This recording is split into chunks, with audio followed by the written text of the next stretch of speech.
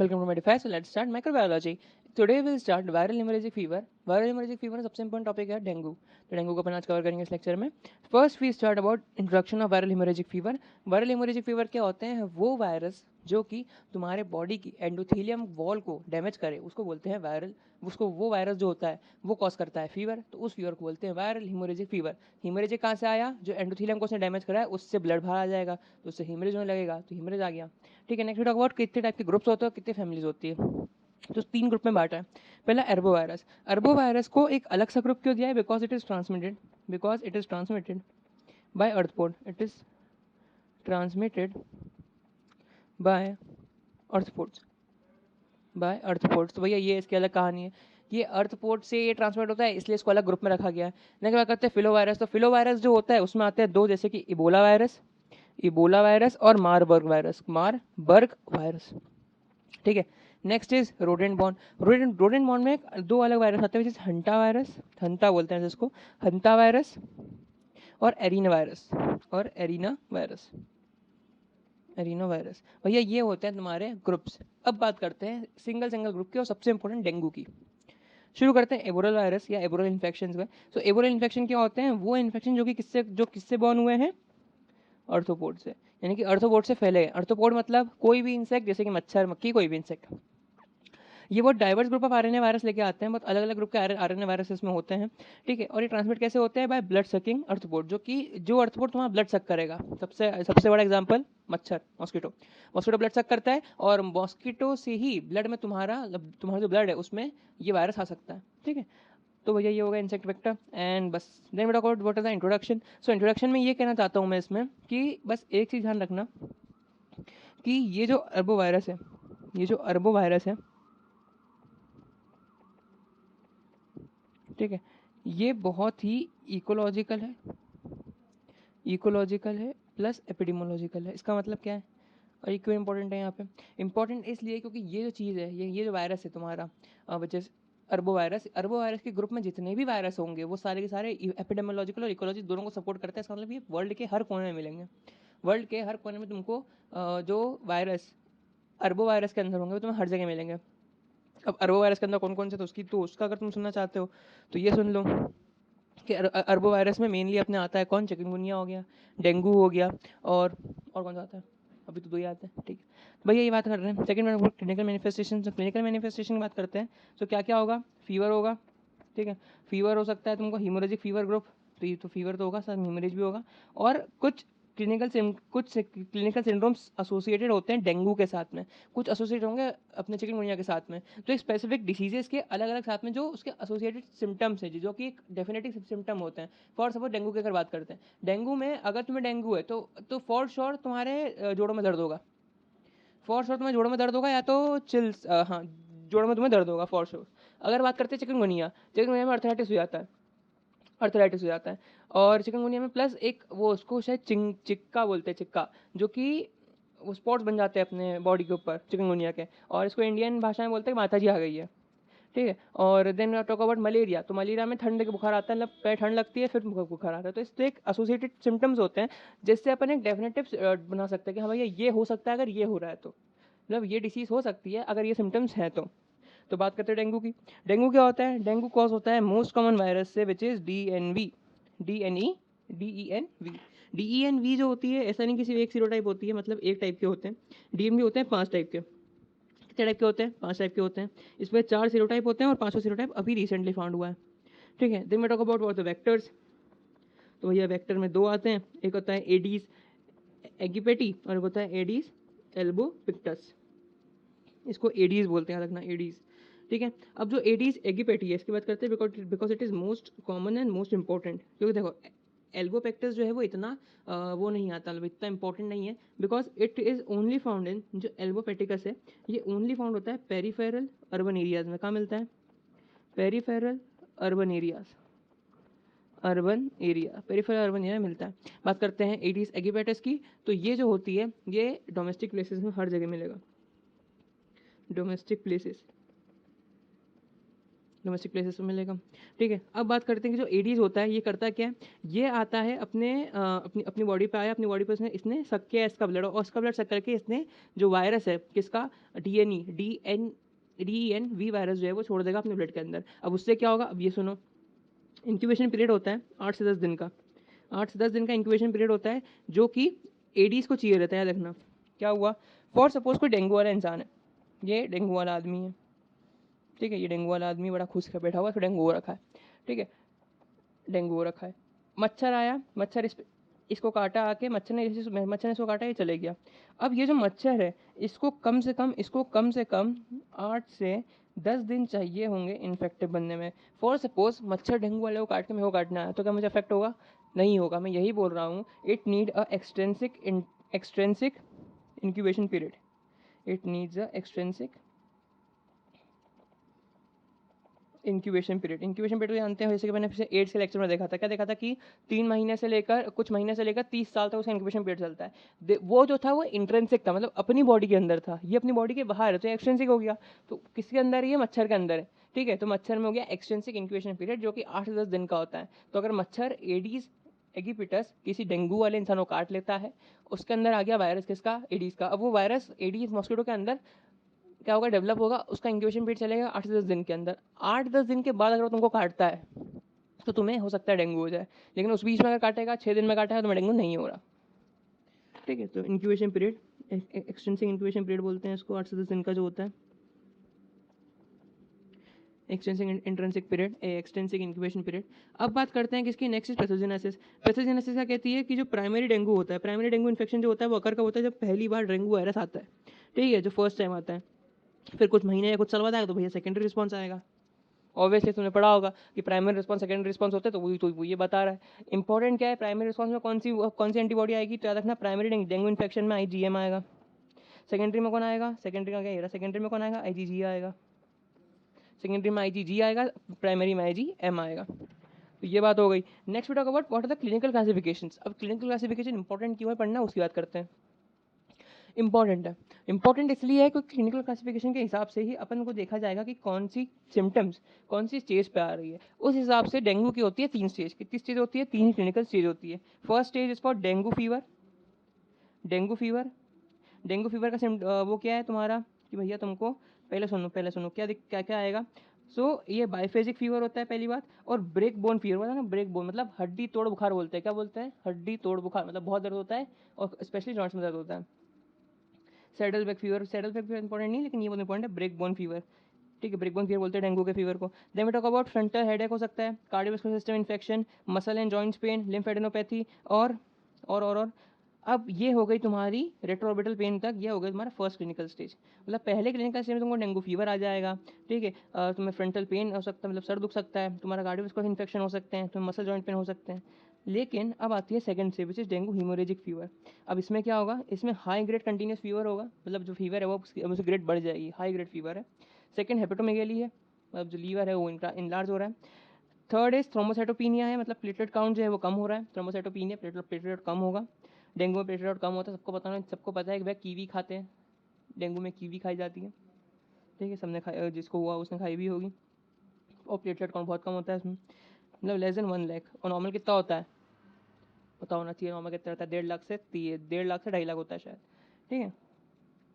Then raise हेमाटोक्रेट, मतलब जो हेमाटोक्रेट जो पेक सेल वॉल्यूम है वो बढ़ जाएगी, पेक सेल वॉल्यूम PCV बढ़ जाएगी। कितनी बढ़ेगी? 20%। कितनी बढ़ जाएगी? तो 20%, बाय 20%, ओके, बाय 20%।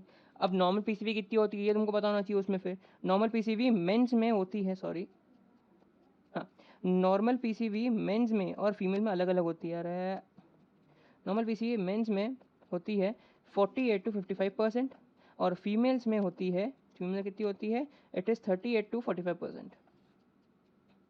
याद होना चाहिए, मेल से फीमेल है तो इसमें 20% बढ़ जाएगी, यानी कि तुम्हारे जो भी सेल्स है वो जल्दी खत्म हो रहे हैं, पैक्स वॉल्यूम इतना ही होता है, खत्म हो रहे हैं जल्दी वो। Then spontaneous bleeding in skin, nose and mouth arm, ठीक है, इतना हंस नहीं। बात करते हैं तीसरी स्टेज जो कि इंपॉर्टेंट है, विच is dengue shock syndrome. Dengue shock syndrome important क्यों है? क्योंकि यहाँ पे देखना इसमें बहुत ही वीक पल्स आती है, देखना बहुत ही वीक पल्स, और इसको ये सिग्निफिकेंट होता है इसका। रैपिड और वीक पल्स होती है, मतलब जल्दी जल्दी फील होगी लेकिन बहुत इंटेंसिटी बहुत लो होगी, लेकिन फील जल्दी जल्दी होगी वो, मतलब जो बीट है वो जल्दी जल्दी आ रही है लेकिन बहुत अच्छे से, मतलब फोर्स जो है उसकी बहुत कम है। नैरो पल्स प्रेशर होगा, मतलब जो पल्स प्रेशर है बहुत कम आएगा, ये बहुत नैरो होगा, मतलब लेस देन 20 होगा। Then we talk about the presence of cold और क्लम्पी स्किन, ठंडी और क्लम्पी स्किन होगी और रेस्टलेसनेस होती है पेशेंट में। Next we talk about the, अब यहाँ पे खत्म हो गया डेंगू। तो क्या डेंगू के अलावा अपन कुछ और नहीं पढ़ेंगे डेंगू में अपन और क्या पढ़ेंगे, ये यहाँ लिखा नहीं गया लेकिन इज इम्पोर्टेंट, ऊपर करके बताता हूँ, सुनो। इम्पोर्टेंट क्या है, लेबोरेटरी इन्वेस्टिगेशन। अच्छा, क्या लेबोरेटरी इन्वेस्टिगेशन करेंगे, it is NS1 antigen detection, NS1 antigen detection. उसमें क्या कराएंगे अपन, एलाइजा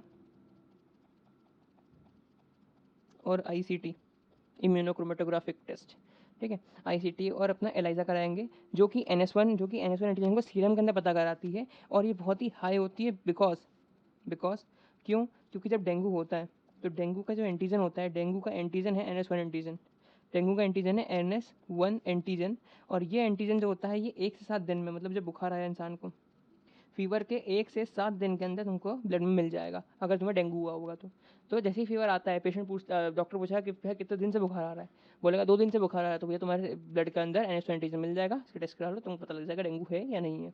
इसके अलावा मैक एलाइजा करते हैं, मैक एलाइजा ये सिर्फ और सिर्फ काम आता है तुम्हारे प्राइमरी वाले में, मतलब इसके पहले डेंगू तो नहीं हुआ था, अगर उसके पहले डेंगू हो रखा है तो भैया ये किसी काम का नहीं है। MAC ELISA stands for IgM, antibody, IgM antibody capture ELISA. मैंने क्यों ऐसा बोल रहा हूँ कि काम का नहीं, क्योंकि अगर इसके पहले तुम्हें डेंगू हुआ है तो अभी जो एंटीबॉडी होगी वो IgG होगी, तो उसमें IgM कैप्चर करके तुम कर भी करोगे, कुछ नहीं कर सकते। तो दैट्स वाई अगर तुम डॉक्टर पूछता है इसलिए कि पहले कभी हुआ था क्या डेंगू, क्योंकि पहले अगर हुआ होगा तो तुम्हें IgM एंटीबॉडी नहीं कोई मतलब रहेगा, तुम्हें IgG से मतलब रहेगा, ठीक है। IgM एंटीबॉडी कैप्चर एलाइजा, निकलाइजा, ठीक है। इसके साथ साथ अपन PCR भी कर सकते हैं, RT-PCR जो होता है, RT-PCR भी कर सकते हैं। बात करते हैं ट्रीटमेंट की, तो antiviral, simple treatment is antiviral therapy, treatment is antiviral, ठीक है। इसके साथ साथ सबसे इंपॉर्टेंट डेंगू में जिसको डेंगू होगा उसको पता है क्या होता है, it is platelet infusion, platelet transfusion होता है, क्योंकि प्लेटलेट काउंट बहुत लो हो जाता है तो उसे प्लेटलेट का ट्रांसफ्यूजन करना पड़ता है।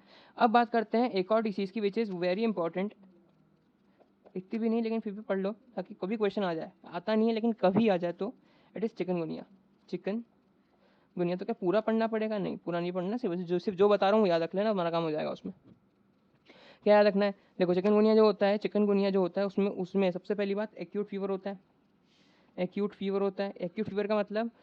फीवर का मतलब ये होता है कि ये फीवर जो होता है वो 2 से 4 दिन का होता है। कितने दिन का होता है, 2 से 4 दिन का होता है। यहीं अगर मैं डेंगू की बात करूँगा, डेंगू कितने दिन का होता है, 5 से 7 दिन का होता है, 5 से 7 दिन का होता है। डेंगू और चिकनगुनिया दोनों में रैशेज होते हैं, दोनों में क्या होता है, रैशेज होते हैं। इसमें जो रैशेज होंगे चिकनगुनिया में, ये होगा 1 से 4 दिन का, मतलब 1 से 4 दिन में तुम्हें रैशेज दिख जाएंगे। इसमें रैशेज दिखते हैं तुम्हें कितने, 3 से 7 दिन में। ये 5 से 7 दिन क्या है, फीवर, और ये क्या है, रैशेस। बस ये खास बात दोनों की तुमको याद रखनी पड़ेगी, ठीक है। उसके बाद बात करते हैं किसमें, चिकनगुनिया जो होता है उसको अपन जो ट्रांसमिशन है उसमें सेम मॉस्किटो और सेम वेक्टर आता है, विच इज एडीज एगिपेटिस, सेम आता है अपना एडीज एगिपेटी, ठीक है, सेम अपना वो है। उसके बाद में बात करते हैं कि क्लिनिकल मैनिफेस्टेशन में क्या दिक्कत है इसमें, तो इसमें अर्थराइटिस होता है। क्लिनिकल मैनिफेस्टेशन में इसमें अर्थराइटिस होता है, क्या होता है, अर्थराइटिस होता है, अर्थराइटिस प्लस फीवर, अर्थराइटिस पर फीवर। इसके साथ साथ इसमें एक बहुत इंपॉर्टेंट होता है, जैसे चिक साइन, इसको चिक्का बोल रहा था ना मैं, चिक साइन क्या होता है, कुछ नहीं, रेड स्पॉट्स बन जाते हैं, याद रखना स्पॉट्स बन जाते हैं अपनी अपनी बॉडी के ऊपर, और वो जो स्पॉट्स होते हैं उसको इंडिया में क्या बोलते हैं, इंडिया में उसको बोलते हैं कि माता जी आ गई है, ठीक है। तो ये इंपॉर्टेंट क्यों है, क्योंकि इसमें बहुत ही ज़्यादा वो जो रेड स्पॉट्स होंगे, एक्चुअली रेड भी नहीं रहते, ब्राउन रहते हैं, जो मेलेनिन है वहाँ पे मेलेनिन कंसनट्रेशन बढ़ जाती है और फिर उस जगह पे स्पॉट बन जाता है, ठीक है। अब बात करते हैं किसकी बात करनी है, अब बात करनी है इसकी वायरस की कौन सा वायरस कॉज करता है? इट इज अल्फा वायरस जो तुम्हें कॉज करेगा चिकनगुनिया, अल्फा वायरस। तो क्लिनिकल मैनिफेस्टेशन होगा, चिक साइन होता है, आर्थराइटिस होता है और तुम्हें फीवर होता है। इसके अलावा क्या होगा? मसल पेन, सेम, अगर आर्थराइटिस हो तो मसल पेन भी होगा, जॉइंट पेन तो होगा हो ही रहा होगा, जॉइंट पेन। उसके अलावा कुछ खास, उसके अलावा खास ये है कि इसमें आर्थराइटिस होता है पता है कहाँ? रिस्ट में और एंकल में, रिस्ट और एंकल। नॉर्मली आर्थराइटिस कहाँ होता है? नी में। यहाँ पे मेजरली फाउंड हुआ है, रिस्ट और एंकल में होता है, नी में भी हो सकता है लेकिन रिस्ट और एंकल में यहाँ पे मेजरली फाउंड होता है। मसल जॉइंट पेन होते हैं, चिक्का साइन मिलता है, फीवर मिलता है, आर्थराइटिस मिलता है, तो क्लिनिकल मैनिफेस्टेशन हो गए। लैब डायग्नोस्टिक बात कर लेंगे तो लेबोरेटरी में क्या कराओगे? वायरल आइसोलेशन कराओगे। क्या कराओगे? Viral isolation. ठीक है, वायरल आइसोलेशन कराओगे। RT-PCR करा सकते हो, RT-PCR करा सकते हो। इसके साथ साथ जो सिंपल है, बिल्कुल सिंपल है, it is which is what? IgM, which is MAC ELISA, IgM antibody capture ELISA, MAC ELISA करा सकते हो। डेंगू में क्या कराओगे? डेंगू में तुम कराओगे सिंपल टू सिंपल, डेंगू में क्या कराओगे? NS1 antigen detection. ठीक है, और इसके साथ साथ इसमें सीरोलॉजिकल इन्वेस्टिगेशन में आती है, क्या आती है? मतलब हेमाटोलॉजिकल इन्वेस्टिगेशन में इसमें आती है थ्रोम्बोसाइटोपिनिया, जो कि रेयर होता है, इसमें कॉमन नहीं है, डेंगू में कॉमन होता है। और इसमें सी रिएक्टिव प्रोटीन बढ़ जाता है, CRP बड़ा रेज मिलता है, और ESR भी, दोनों CRP ESR दोनों रेज मिलेंगे इसमें। ठीक है, तो अपन CBC में कराएंगे तो भी अपना काम हो जाएगा। Then we talk about the filovirus. Filovirus मतलब जब मैंने बताया था स्टार्टिंग में 3 ग्रुप थे, एर्बोवायरस, फिलोवायरस और रोडेंट ग्रुप वायरस। तो जो फिलोवायरस है उसमें आता है अपना इबोला वायरस। बात करते हैं उसकी, तो ये जो ग्रुप जो फैमिली होती है उसमें जाती है फैमिली पिलोवर्डे में, जो कंटेन करता है 2 antigenically distinct genera which is Ebola virus और मार्बर्ग वायरस। बस 2 चीज़ होती है इसमें, एक होता है इबोला वायरस और एक होता है मार्बर्ग वायरस। पढ़ना क्या है? पढ़ना इबोला वायरस है। मार्बर्ग वायरस क्यों नहीं पढ़ना? पीडी में पढ़ेंगे, यहाँ काम का नहीं है, यूजी में क्वेश्चन आता नहीं है। बात करते हैं इबोला वायरस डिसीज़ की, तो इबोला वायरस डिसीज़ जो होती है वो बहुत ही इंटरनेशनल डिसीज़ है, मतलब हर जगह मिलती है पहली बात तो। और ये 2014 में इसने आउटब्रेक दिखाया था, वर्ल्ड में फैली गई थी, वर्ल्ड में फैली थी ये डिसीज़। उसके बारे में बात करते हैं तो यहाँ पे है ना एक चीज़ होती है जिस इबोला रिवर, जब इसका आउटब्रेक हुआ था इबोला वायरस का, जब इसका आउटब्रेक हुआ था इबोला वायरस का, तो याद रखना सूडान में एक रिवर को इसका नाम दिया गया था विच इज़ इबोला रिवर। इस पर नीट पीजी में क्वेश्चन आता है, आया था मतलब एक बार। इबोला रिवर कहाँ है? तो देखना सूडान में वो है, सूडान में है। और ये कुछ डेमोक्रेटिक रिपब्लिक ऑफ कॉन्गो ऐसा भी कुछ था उसमें। इंपॉर्टेंट क्या? सूडान का इंपॉर्टेंट, क्योंकि क्वेश्चन का आंसर सूडान था। ठीक है, मैंने देखा था क्वेश्चन का आंसर सूडान था। देखना इबोला रिवर कहाँ मिलेगी, तो अपना सूडान में मिलेगी। बात करते हैं, ये हाईली फेटल होता है और ग्रेट मैटर, देखना ग्रेट मैटर ऑफ कंसर्न है, क्योंकि जो मार्बर्ग और इबोला वायरस है इनका हाईएस्ट मोटिलिटी रेट होता है, 25 से 90% तक इसकी मोटिलिटी रेट जाती है। ठीक है, then we talk about the reservoir, कि इबोला वायरस का रेजोवेयर कौन है? तो याद रखना इबोला वायरस का जरूर होता है अपना फ्रूट बैट। याद रखना कौन? फ्रूट बैट्स और प्रीमेट्स। प्रीमेट यानी कि मंकी और एप्स, फ्रूट बैट मतलब फ्रूट बैट, ये एक एनिमल होता है। ठीक है, तो इन्फेक्टेड एनिमल जो होते हैं रेजोवेयर्स होते हैं इबोला वायरस के। अब बात करते हैं ट्रांसमिशन की, ट्रांसमिट कैसे करोगे? तो याद रखना हर आउटब्रेक में इबोला वायरस के हमेशा क्लोज कॉन्टैक्ट से फैलता है इंसानों के। मतलब हो सकता है कि भैया कोई बड़ा सा फंक्शन हुआ हो सकता है कहीं भीड़, कहीं भगदड़ मची हो, वहाँ पे कोई एक इन्फेक्टेड पर्सन हो, उसने सब में फैला दिया हो, ये आउटब्रेक होता है सिंपली, जैसे कि कोरोना वायरस का था। ठीक है, जैसे कि तुमने अभी मैं टाइफाइड के लेक्चर टाइफाइड में बताया था कि टाइफाइड मैरी का एक आंसर बताया था।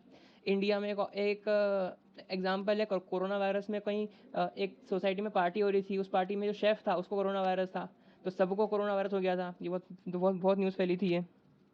ठीक है, तो ऐसे ही सेम कहानी होती है, क्लोज कॉन्टेक्ट से फैलती है ये। और इसका इंपॉर्टेंट क्या, ह्यूमन टू ह्यूमन ट्रांसमिशन जो होता है वो इबोला वायरस में बहुत बहुत ज़्यादा फैलता है। फ्रॉम कहाँ से? ये देखना, थ्रू ब्रोकन स्किन।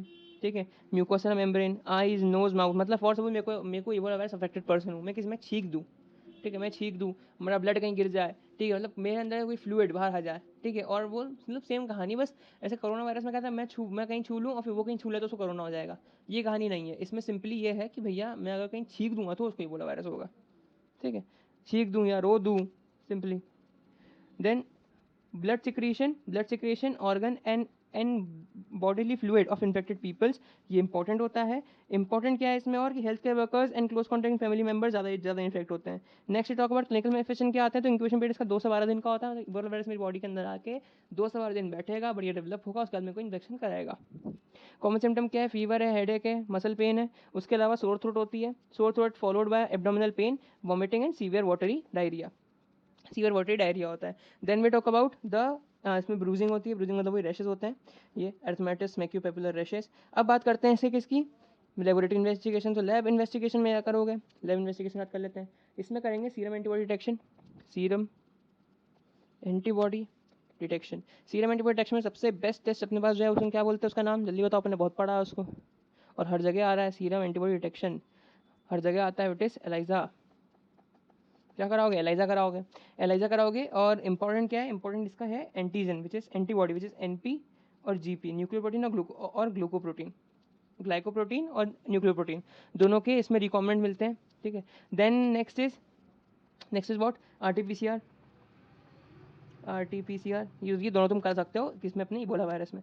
बात करते हैं इबोला वायरस की वैक्सीन, ये वैक्सीन सबसे आखिरी में बताऊंगा, सबकी चारों के मिला के। Then we talk about rodent, rodent बॉम्ब मतलब जो चूहे वूहे से उगती है, उसमें आती है दो, it is first is hanta virus, first is hanta virus and second is arena virus, arena virus next page पे, ठीक है। जो रोडेंट बॉर्न है वायरस, उसको बोलते हैं रोबा वायरस, क्या बोलते हैं, रोबा वायरस बोलते हैं, ठीक है, मान दिया।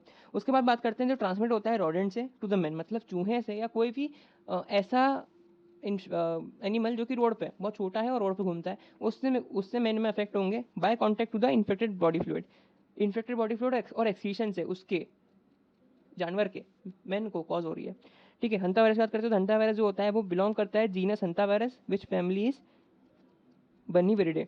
Now clinical manifestation is they cause 2 categories of manifestation. पहला हिमोरेजिक फीवर जिसमें तुम्हारा रीनल सिंड्रोम होता है विच इज हर्स, क्या बोलते हैं, HERS haemorrhagic fever with renal syndrome, HERS, ठीक है। ये कॉज होता है several members of hanta virus, जैसे कि हंता वायरस, डोबरा वायरस और Puumala virus and last is Seoul virus. Next hanta pulmonary syndrome which is HPS is caused by another member, is caused by another member which is Sin Norway virus. यहाँ पे दो चीज़ होती है manifestation में, एक होता है तुम्हारा हंता वायरस जिसमें रीनल सिंड्रोम होता है, और एक होता है हंता वायरस पल्मोनरी सिंड्रोम जिसमें तुम्हारा लंग इन्फेक्ट होगा। अगर रीनल इन्फेक्ट है तो हो सकता है कि हंता वायरस खुद हो या डोबरा वायरस हो, ठीक है, या तुम्हारा सियोल वायरस हो। अगर पल्मोनरी सिंड्रोम है, फॉर सपोज लंग अफेक्टेड, तो अपन क्या बोलेंगे, अपन उसमें बोलेंगे भैया एक नया मेंबर है विच इज सिन नॉम्ब्रे वायरस जिससे तुम्हारा लंग अफेक्ट हुआ है। अब बात करते हैं किसकी, एरिना वायरस की। जो अरीना वायरस होता है, अरीना वायरस सबसे इंपॉर्टेंट क्लब शेप वायरस होता है, ये इंपॉर्टेंट है, क्लब शेप वायरस है, क्लच शेप पेपिलियोमर है, पोलियोमर या पेपिलियोमर कोई की बात है, पोलियोमर है, ठीक है। और ये जो होता है इसका ऐसे साधारण 2 सेगमेंट में होता है, जो सेगमेंट में होता है, ये वर्ल्ड वाइड फैला नहीं है, नो वर्ल्ड वाइड फैला, नो वर्ल्ड वाइड, इसलिए इसको इतना भाव नहीं दिया जाता। अब अपन बात करते हैं किसकी, वैक्सीन की। तो पहले मैं बताऊँ अपने कौन कौन सी डिसीज पढ़ी, सबसे पहले अपने पढ़ी डेंगू, फिर अपन ने पढ़ी चिकनगुनिया, चिकनगुनिया, फिर अपन ने देखी, फिर अपन ने क्या देखी, फिर अपन ने देखी इबोला वायरस, इबोला वायरस, फिर अपन ने देखा कौन सा देखा, जल्दी बताओ, हंता वायरस, हंता वायरस।